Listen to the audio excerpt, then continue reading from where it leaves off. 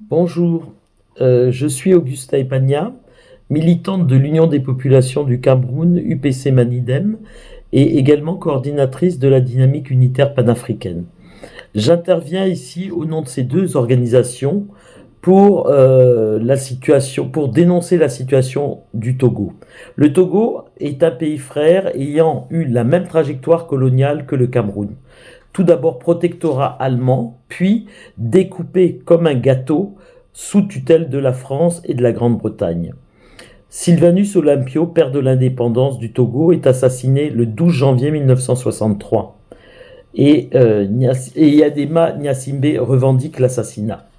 Ce dernier accède au pouvoir et y demeure 38 ans. Il considère le Togo comme sa propriété privée et terrorise la population durant tout son règne. À la suite de son décès, son règne qui dure 38 ans, à la suite de son décès, son fils s'installe au pouvoir, Faure Gnassingbé, et prend la relève. Depuis 6 décennies, la dynastie Gnassingbé dirige le pays d'une main de fer.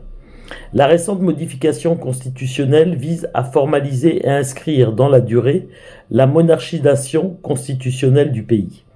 Depuis cela, l'arsenal répressif a été renforcé et les manifestations publiques sont restreintes ainsi que les réunions. On a encore en mémoire la violente agression subie par Guy Marius Sagna, député sénégalais et membre de la CEDEAO, lors d'une rencontre avec l'opposition togolaise. De nombreux opposants croupissent en prison, certains condamnés à des peines de 10 à 20 ans, et avec plusieurs décès, notamment dans ces prisons mouroirs. Et on se souvient de la disparition de Karou Wawim. Faure Gnassingbé, à l'instar de son père, est un dictateur qui confisque le pouvoir et tente de le garder à vie. C'est le sens du bidouillage qu'il a opéré sur la Constitution. La démagogie qu'il déploie pour se faire passer pour un panafricaniste n'y change rien.